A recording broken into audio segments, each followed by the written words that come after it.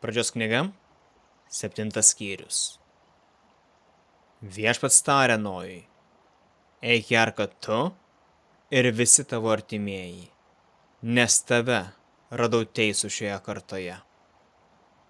Pasiimk iš visų švarių gyvulių po 7 patinų ir patelių, o iš visų nešvarių gyvulių po patiną ir patelę.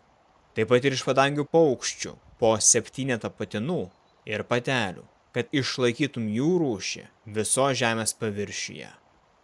Po 7 dienų aš užleisiu lietų ant žemės 40 dienų ir 40 naktų ir išnaikinsiu žemės paviršiuje visas gyvas būtybės, kurias esu padaręs. Ir Nojus padarė viską, ką Viešpats jam įsakė. Nojus buvo 600 metų, kai tvanas prasidėjo. Tuomet Nojus, jo sūnus, jo žmona ir sūnų žmonos suėjo su juo į arką, gelbėdamiesi nuo tvano. Švarių ir nešvarių gyvulių, paukščių ir roplių poros suėjo į Nojaus arką, kaip Dievas buvo įsakęs Nojui. 7 dienoms praėjus, tvano vandenys užplūdo žemę. Nojui sulaukus 600 metų, 2 mėnesio, 17 dieną, pratrūko visi didžiosios gelmės šaltiniai ir dangaus langai atsidarė. Lijo 40 dienų ir 40 naktų. Ta pačia diena į arką įėjo Nojus ir jo sūnūs Semas, Hamas ir Jafetas, Nojaus žmona ir 3 jo sūnų žmonos.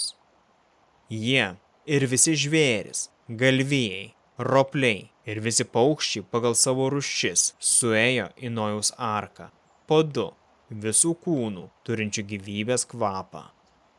Įėjusieji buvo patinas ir patelė, kiekvieno kūno, kaip Dievas jam buvo įsakęs.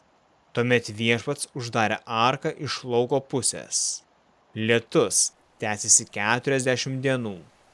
Vandens daugėjo ir jis pakėlė arką aukštyn nuo žemės.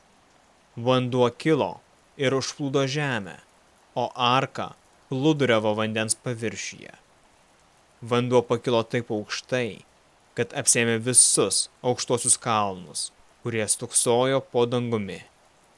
Vanduo pakilo 15 uolekčių virš kalnų ir juos apdengė, ir žuvo kiekvienas kūnas, kuris judėjo ant žemės, paukščiai, galvijai, žvėris, ropliai ir visi žmonės.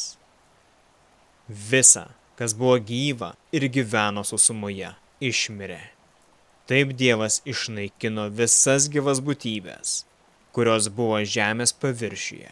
Tiek žmonės, tiek gyvulius, tiek roplius ir padangių paukščius. Išliko tik Nojus ir tie, kurie buvo su juo arkoje. Vanduo laikėsi žemėje 150 dienų.